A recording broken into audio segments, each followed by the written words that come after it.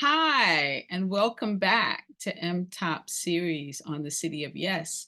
We're moving away from the economic text amendments, and we're now introducing the housing text amendments. And it's a service that M-Top is doing, the movement to protect the people, in order to educate the community on the City of Yes and give you a perspective that has not been given by the media or the city or the mayor's office. And my name is Alicia Boyd.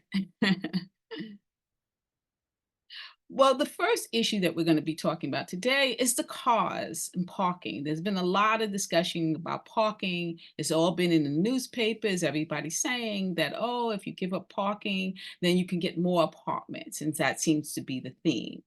However, what people are not really telling you, and what they're not telling you, is that developers cannot do a switch.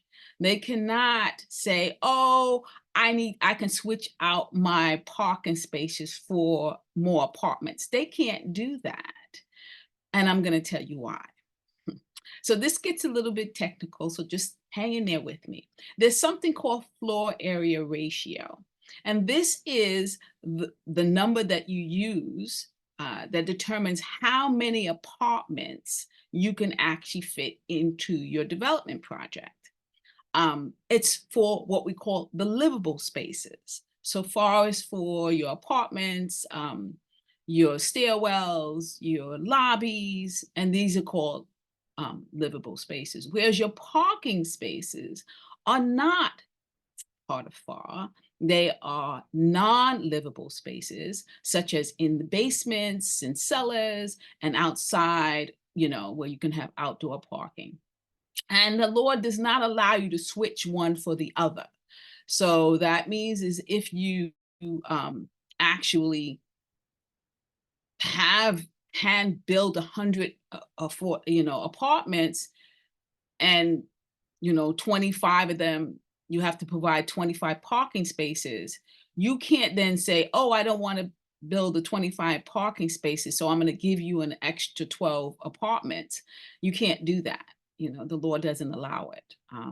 So far is what is determined, and it cannot be changed because you don't provide parking. The only thing not providing parking does for a developer is increases his bottom line, his profit margin. And we know profit margins do not reduce of housing, nor does it make it more affordable, especially considering that New York City has one of the highest rates of apartment prices in the country.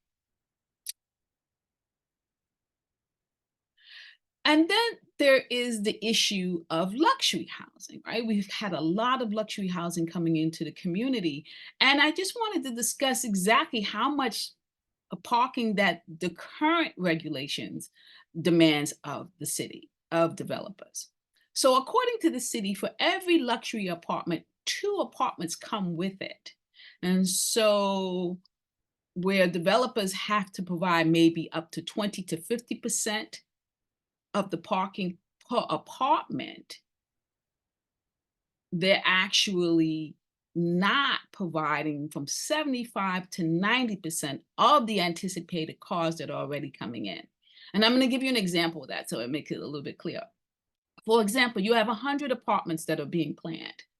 That means you would have 200 anticipated apartments coming in, especially if they're luxury.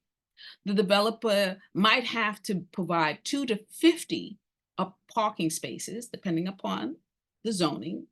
And whereas it would leave 150 to 180 parked cars coming into the neighborhood that the developer doesn't have to provide for. That's already a lot of cars coming into the community that they don't have to provide a parking space for, which is why when you have a lot of luxury housing coming in, you have less parking. Most people are always complaining, oh, there's so much less parking because we have that much more cars in the street. And also don't forget that developers don't have to provide any parking for what is classified as affordable. Now, and sometimes that affordable is actually luxury. So, for example, underneath the workforce option, the mandatory inclusionary housing, which is 130% of the average median income. Those apartments' incomes start from $141,310 to $298.87. Let me say that again. It's such a big number. $298,870. They don't have to provide parking for you if you have that kind of income, knowing, as we know, that more than likely most of those residents will be bringing in at least two cars. Now, the city is already drastically reducing the amount of parking, free parking on the streets by a lot of different programs that are now being created. One is the ride shares, where they're giving two parking spaces to private companies at a cost of $450 a year for those two parking spaces. A lot of them are just being plopped all over the community. Open streets, which are really closed streets. Once you close the street, there is no parking. Has been a lot of parking spaces have been taken away from that. You have bike lanes, which are also taking away parking spaces. And the irony about the bike lanes is that it only is addressing 0.08% of the population. In other words, 99.02% of the population don't ride bikes, and yet we get all of these bike lanes showing up. And even in some cases, the bike lanes are killing trees because they plan on killing trees to make a way for bike lanes. So, and then you have the restaurant sheds that are everywhere. And we've seen a lot of restaurant sheds just sitting there empty, collecting dust and vermin, and they're taking up parking spaces. And of course, City Bike, taking up a whole lot of space for all those non-bike riders, right? And a lot of times you just see them just filled with bikes because nobody's riding, because this really is not a bike city. It's just not. When you have 0.08% of the population riding bikes, you really don't have a bike city.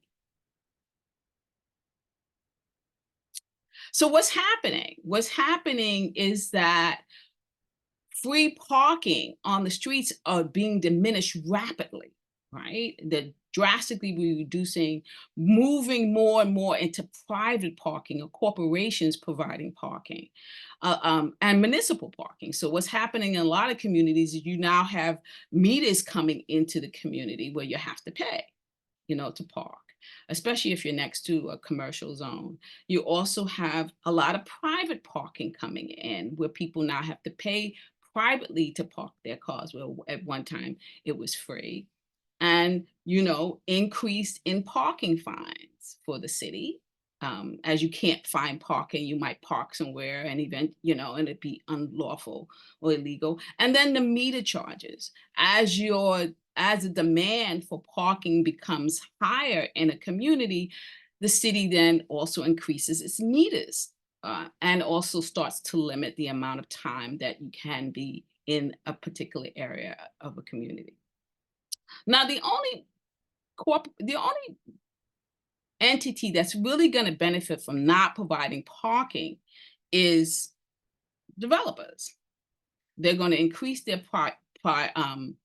profit margin, and they also are creating a new industry. Or it's not new, it's very popular in Manhattan, where you have all of this private parking and you're going to have to pay for private parking.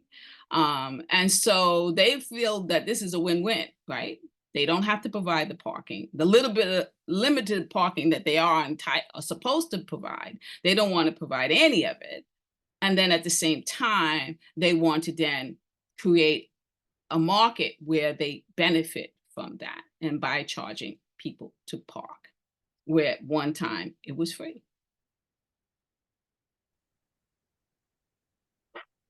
There's also another thing that's happening in the community, and that is outside agitators are being paid, possibly paid, to come into communities demanding that they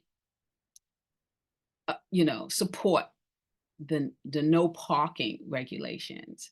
Um, we found a letter that was coming into a community in which the people were directed to come to the community board, were given talking points, told to write letters, and to attend their land use committees. So community boards, watch out for these people because they will be coming. And it's also a little unshady of the real estate industry to be doing something like this. I mean, they make so much money. Why engage in such underhanded tactics?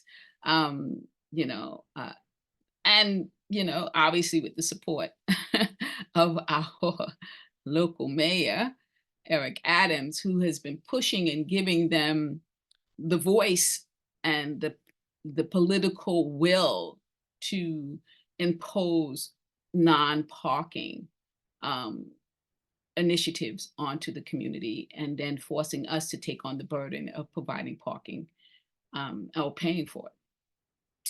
So do be aware of that as this plays out.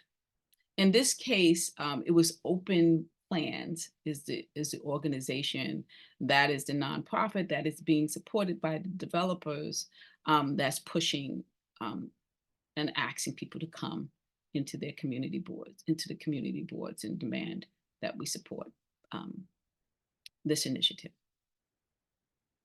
And finally, who are we? We're MTOP, the Movement to Protect the People. We have been around for over a decade. We've been pretty successful. We're located in the Crown Heights Flatbush area. We have organized lawsuits against developers and stopped a massive amount of development that was being planned against the Book Botanic Gardens.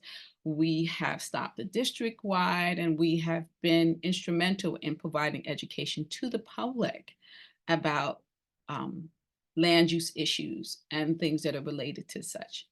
And if you would like to reach us, our number is 718-703-3086. Again, 718-703-3086. Or you can go to our website and find more of our videos and all the other work that we've done over the decade at mtopp.org. And nice to see you, and I hope to see you again. Bye.